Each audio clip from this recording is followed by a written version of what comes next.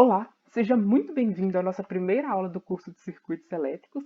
Meu nome é Bruno Alves, eu sou estudante de Engenharia de Controle e Automação na UFMG e dentro do Milhagem eu faço parte dos sistemas de powertrain elétrico e de comunicação. E no vídeo de hoje a gente vai falar sobre circuitos elétricos, porque circuitos são essenciais na nossa vida hoje em dia. Para qualquer lugar que a gente olhe, a gente vai ver algum tipo de circuito, ou a gente não vai ver, mas ele vai estar presente lá. Por exemplo, no aparelho que você está usando para assistir esse vídeo. Dentro dele tem centenas, dezenas ou até milhares de circuitos elétricos que a gente não vê, mas que eles são fundamentais para o funcionamento do nosso aparelho.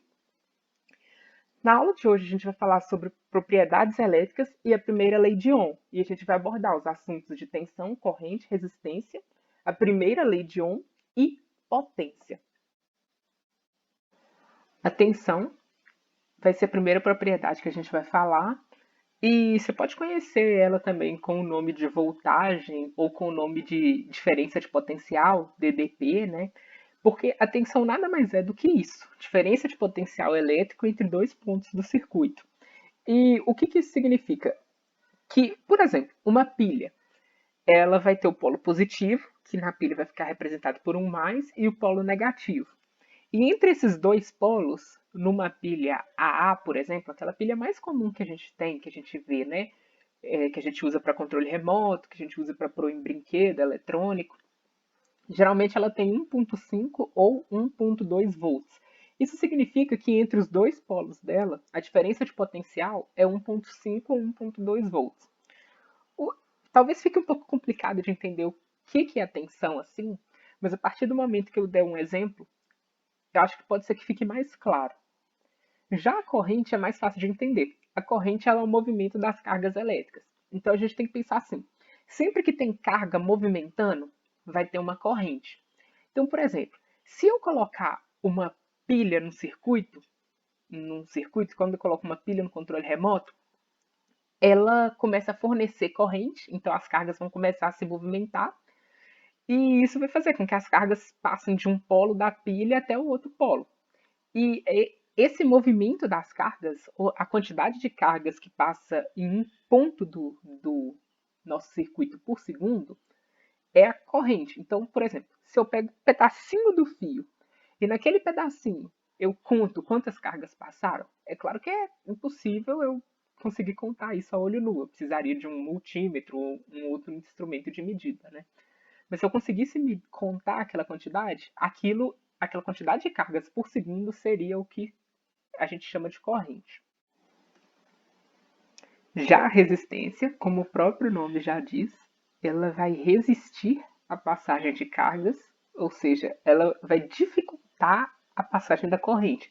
Então, geralmente, onde tiver mais resistência, vai ter menos corrente. Então, a gente chega aqui nesse exemplo, que é uma analogia entre eletricidade e caixa d'água. E eu já vi muitos professores usando essa analogia, porque eu realmente acho que ela é muito boa, ela dá para entender bastante sobre os conceitos. Nessa analogia, a nossa água aqui, dessas duas caixas d'água, a água aqui seria as cargas elétricas. Essa tampa que impede a carga de se movimentar, ou seja, impede a corrente, seria a nossa resistência. E a diferença de altura entre as duas caixas d'água seria a nossa tensão. Por quê? Se a tensão for muito pequena, ou seja, se as caixas d'água estiverem quase no mesmo nível, e vamos supor que eu tire essa resistência, né? Eu deixo a água circular livremente e as caixas d'água estão na mesma altura praticamente, vai passar só um filetinho de água, vai passar pouca água, ou seja, se tem pouca tensão, vai ter pouca corrente. Agora, por exemplo, se eu tiro essa tampa, mas vamos supor que esse encanamento tivesse todo sujo, todo cheio de pedra, de terra, então, enquanto mais sujo tivesse o encanamento, menos água iria passar. Ou seja, quanto mais entupido, mais próximo de estar completamente entupido, menos água passaria. Ou seja, a resistência ela é inversamente proporcional à corrente. Quanto mais resistência, ou seja, quanto mais sujeira no encanamento, menor a quantidade de cargas. E essa relação entre tensão, corrente e resistência faz com que a gente consiga chegar na primeira lei de Ohm, que é exatamente a lei que relaciona a tensão com a corrente e a resistência. E o que seria essa lei de Ohm?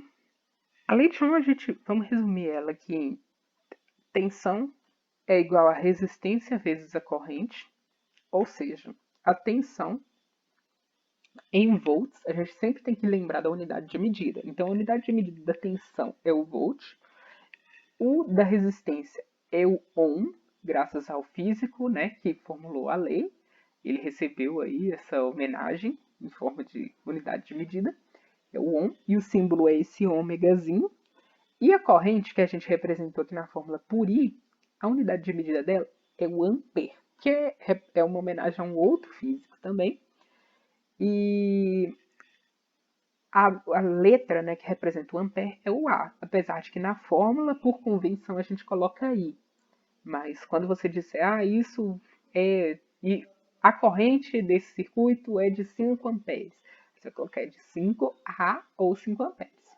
Então, a gente vê que um circuito, essa simbologia aqui, quando a gente vai estar desenhando circuitos à mão, né, a gente pode representar uma fonte por esse símbolo. Então, isso aqui pode ser, por exemplo, uma pilha ou uma bateria de 5 volts. Vamos supor que seja uma bateria de 5 volts.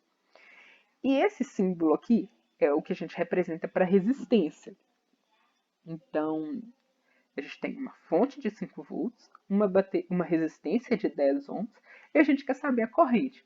Vamos ignorar aqui que esse fio aqui tem a resistência, vamos pensar que a resistência é só esse resistor aqui de 10 ohms. A gente vai falar um pouco mais sobre resistores na nossa próxima aula de componentes eletrônicos. E vamos ver aqui.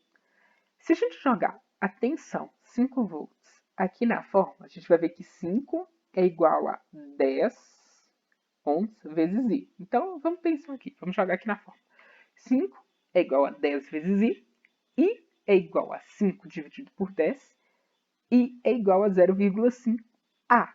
Ou seja, a corrente I é igual a 0,5 ampere.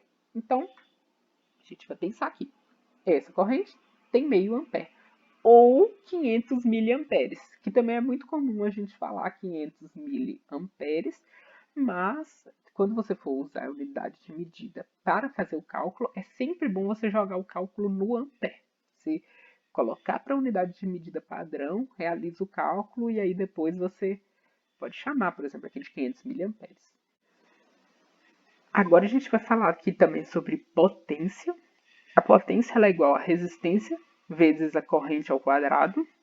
Ou, se a gente mexer um pouco aqui, mudar um pouco essa fórmula, jogando a lei de Ohm aqui, né? A gente faz algumas mudanças na fórmula até chegar que a potência é igual a tensão ao quadrado dividido por R. E o que seria a potência? A potência a gente pode pensar nela como, por exemplo, um gasto de energia. Então, aqui, vamos supor nesse exemplo aqui que a gente deu, a gente quer achar a potência e a gente sabe a tensão, sabe a corrente, e sabe a tensão, sabe a corrente, sabe a resistência. A gente pode usar tanto essa fórmula como essa, mas a gente quer usar essa daqui. A gente vai colocar aqui a potência P é igual a resistência 10 ohms vezes 0,5 ao quadrado, que é a corrente ao quadrado. E a gente vai chegar ao resultado que a potência é igual a 2,5 watts ou 2,5 joules por segundo. Lembrando que a unidade de medida da potência é o watt e o watt significa joule por segundo. 1 watt é 1 joule por 1 segundo. Então, por exemplo, o que seria essa potência? Onde é que está sendo gasta essa energia? Nesse caso aqui. Geralmente, nesse caso, a potência estaria sendo gasta como calor. Então, essa resistência iria esquentar.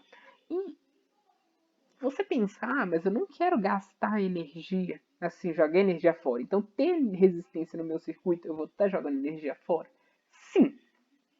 Mas, às vezes, o seu circuito é justamente para isso, para esquentar.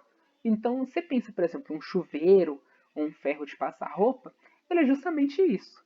Ele vai pegar ali a corrente da sua rede elétrica, essa corrente vai passar por uma resistência, ou por mais de uma resistência, depende do modelo de chuveiro.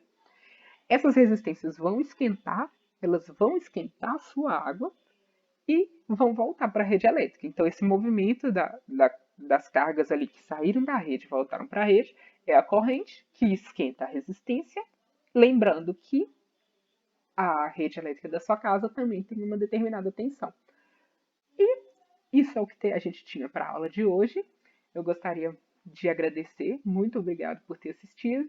E fiquem ligados que ainda essa semana a gente vai lançar outros vídeos e a gente vai continuar também com esses nossos cursos por outras aulas. Muito obrigado e até mais!